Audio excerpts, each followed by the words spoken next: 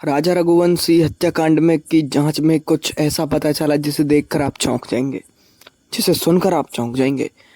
तो जो राजा रघुवंशी की हत्या हुई, उनकी पत्नी सोनम रघुवंशी ने जो उसकी हत्या की। सोनम रघुवंशी अब जेल में बंद है और केस आगे बढ़ता जा रहा है बहुत तेजी से।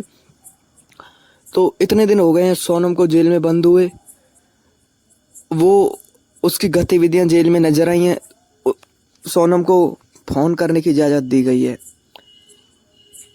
उसने 3 बार अपने फ़ोन किया है जेल के फ़ोन से, और 3 बार उसने अपने परिवार वालों से बात की है।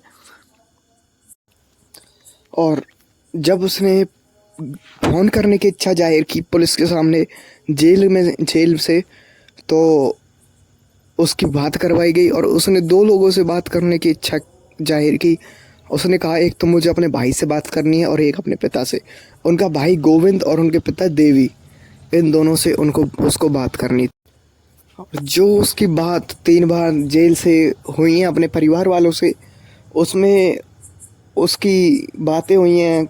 उसने बात की हैं, कहा कि वहाँ पर क्या माहौल चल रहा है, घर पर क्या हो रहा है, कैसे सब कुछ हो रहा है, क्या हो रहा है, ऐसे उन्होंने बात की।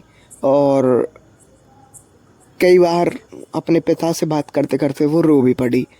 और ज़्यादा उन्होंने इस केस के बारे में बात नहीं की। फ़ोन पर, कॉल पर उसने अपने पिता और भाई से राजा रघुवंशी की हत्या के बारे में कोई बात नहीं की है। और जो सोनम रघुवंशी हैं वो अभी अंडर ट्रायल है। जो इन पर केस है, जो हत्या का आरोप है, वो अभी पूरी तरीके से सिद्ध नहीं हुआ है। जब कोर्ट अपनी सज़ा सुनाएगी, जब उनको दी जाएगी कई सालों की सज़ा या फांसी की सज़ा, जो भी कोर्ट देगा। और उन्होंने अपने फैमिली के इन 2 मेंबरों से जो इच्छा जाहिर की है, वो इसलिए की है बात करने की, और कि वो इस मामले में पैरवी करें और उसकी जब चार्जशीट फाइल हो तो उसमें अपील करें और उसको बचाने की कोशिश करें। इसलिए उसने सोनम रघुवंशी ने अपने पिता और भाई से बात करने की कोशिश की, जो कि 3 बार बात हो भी चुकी है।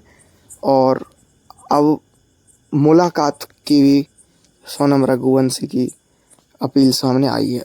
सोनम रघुवंशी ने कहा है कि मुझे मेरे भाई से और पिता से मिलना भी है, मेरी मुलाकात करवा दो।